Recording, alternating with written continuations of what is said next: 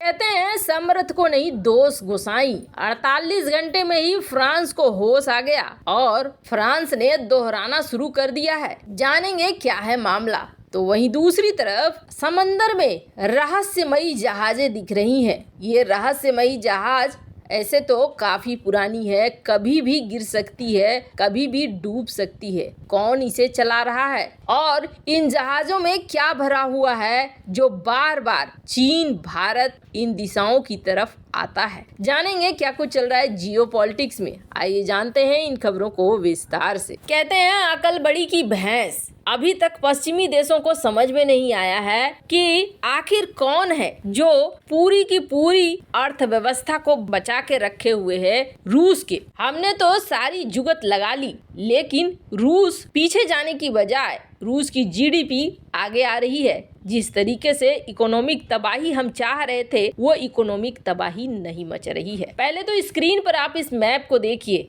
इस मैप में आपको दिखेगा रूस ने कितने इलाकों पर कब्जा कर रखा है और कहां पर अभी लड़ाई चल रही है। ज्यादातर इलाके वो इलाके हैं जिसके बारे में रूस ने शुरू से कहा था लुहांस्क, डोनेस्क, ये वो राज्य हैं जिन्हें रूस अपने में मिला रहा है और एक आजाद देश के रूप में इसने बता दिया आजाद हैं, वापस जो भी मिलने मिलाने का काम है वो हो गया। पर ये लड़ाई आगे नहीं बढ़ रही है। अब इस लड़ाई को आगे रूस बढ़ा नहीं रहा है या रूस का जो मकसद था रूस ने उसे हासिल कर लिया है, ये तो रूस ही जाने। पर इस पूरी लड़ाई में रूस पीछे हटता हुआ नहीं दिख रहा है। यहाँ तक कि हथियारों का जखीरा लगातार पहुंच रहा है यूक्रेन, फिर भी रूस में उस तरीके की तबाही नहीं देखने को मिल रही है जिस तरीके की तबाही यूक्रेन के अंदर दिख रही है। महंगाई बढ़ रहे हैं, लोगों के लिए समस्याएं बढ़ रही है और कहीं न कहीं जेलेंस्की के लिए एक तबका ऐसा खड़ा हो रहा है जो मान रहा है कि इस युद्ध से तबाही हो रही है। क्या हुआ प्राइस कैप लगाने का?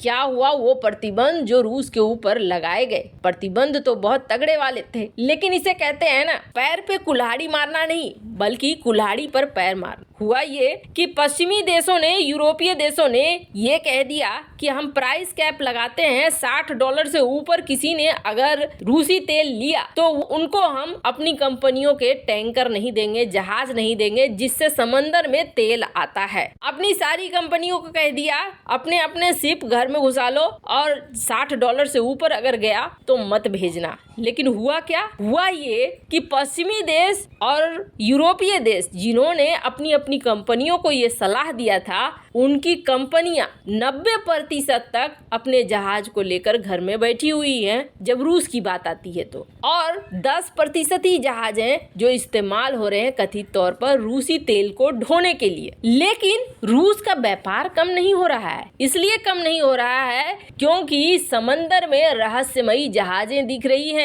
और ये जहाज रूसी तेल को लेकर निकल रही है। ये जहाज है किसके, मालिक कौन है, इसे ढूंढने के लिए अब अमेरिका और पश्चिमी देश निकले हैं कि कौन है जो ऊंचे दर पर भी अपना जहाज दे रहा है और ये जहाज रूसी तेल को लेकर दुनिया के देशों में पहुंचा रहे हैं। और बड़ी बात क्या है पता है, ये जहाज काफी पुराने हैं। इनमें से कई ऐसे जहाज हैं जिनके डूबने का खतरा है। ये संभावना जताई जा रही है कि मिडिल ईस्ट का कोई देश है और हांगकांग यानी चाइना का भी इसमें कुछ न कुछ मिली भगत है। लेकिन खुलकर सामने नहीं आ रही ये चीजें कि ये कौन सी कंपनियां हैं, किनके जहाज हैं। जैसे ही प्राइस कैप लगा था रूस के ऊपर, वैसे ही दिखने लगे थे इस तरीके के जहाज। पहले इसकी संख्या बताई गई 100 है और अब बताई जा रही है कि इसकी संख्या 600 हो गई है और इस तरह की संख्या बढ़ती जा रही है। इसका मतलब है कि दुनिया 2 पार्ट में बढ़ चुका है। एक प्राइस कैप वाले जहाज हैं और एक बिना प्राइस कैप वाले जहाज हैं।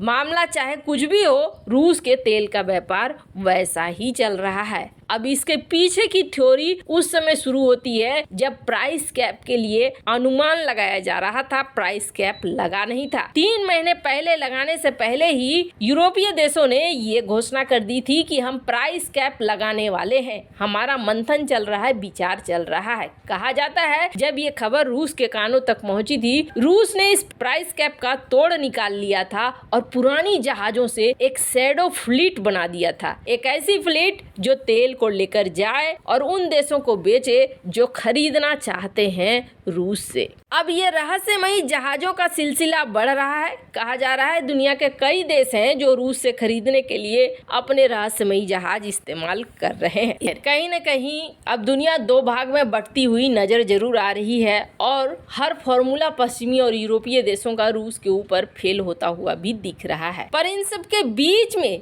फ्रांस 48 घंटे बाद कैसे एकदम से बदल गया। भारतीय कूटनीति इस वक्त ऐसी चल रही है ना कि लोगों को कूट कूट कर रख रही है और सही रास्ते पर लेकर आ रही है। कोई भी भारत के साथ मनमानी कर दे, इस तरीके का सीन अब रहा नहीं है। हुआ ये कि ये सारा लफड़ा जो G20 में शुरू हुआ ना, कम्युनिक का कि एक बयान देना है, ये लफड़े की शुरुआत फ्रांस के राजदूत से हुई थी। जब फ्रांस के राजदूत ने कह दिया था कि अगर तुम इसमें युद्ध शब्द को नहीं जोड़ोगे तो हम कम्युनिक पर साइन नहीं करेंगे। भारत एक जॉइंट स्टेटमेंट निकालने की बहुत ज्यादा कोशिश कर रहा है, लेकिन अभी तक जॉइंट स्टेटमेंट वाली स्थिति में भारत नहीं पहुंचा है जिसमें कि सारे देश मिलकर एक जॉइंट स्टेटमेंट दे पाए। भारत चाहता है कि चूंकि G20 का मेंबर चाइना भी है, रूस भी है, हर देश है, अमेरिका भी है, ऐसे में रूस को घर बुलाकर घर की मीटिंग में उसके नाम पर इस तरीके का बयान देना कुछ सही नहीं होगा। फ्रांस ने, जैसा कि हमने पहले भी कहा है, कुछ ऐसी ही चालाकियां दिखाने की कोशिश की। फ्रांस ने एक तो ये बात कह दी G20 में, और दूसरा फ्रांस के राष्ट्रपति मैक्रोन चाइना चले थे कि हम चाइना के साथ मिलकर रूस और यूक्रेन की लड़ाई में शांति करवाएंगे। कहीं ना कहीं एक संदेश देना चाह रहे थे फ्रांस के राष्ट्रपति। उसके बाद फ्रांस की जो प्रतिनिधि थी, विदेश मंत्री थी, उन्होंने भी कह दिया कि जब आप वसुदेव कुटुंबकम की बात कहते हैं, एक धरती एक परिवार की बात कहते हैं, तो आपको रूस यूक्रेन की भी बात करनी चाहिए। कुल मिलाकर शायद फ्रांस ये सोच रहा था कि भारत की तरफ से प्रतिक्रिया नहीं आएगी। भारत की तरफ से अब कैसी प्रतिक्रिया आई है वो तो समय बताएगा, लेकिन अचानक से 48 घंटे में ही फ्रांस का बदलता हुआ रूप देखने को मिल रहा है। अब भारत ने अंदर खाने कौन सी कूटनीति चली है वो तो बाद में पता चलेगा, पर फ्रांस के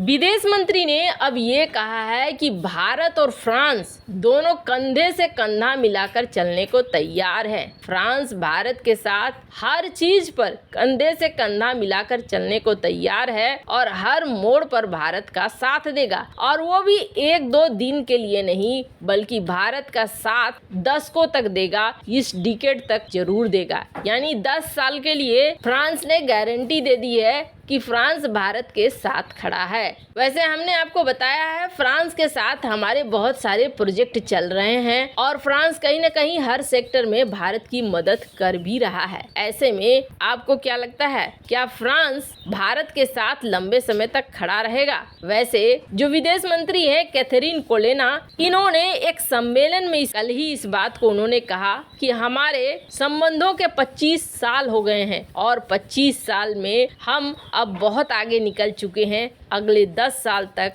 कंधे से कंधा मिलाकर खड़े रहेंगे। वैसे इन सब मामले में आपकी क्या राय है, कमेंट कर जरूर बताएं।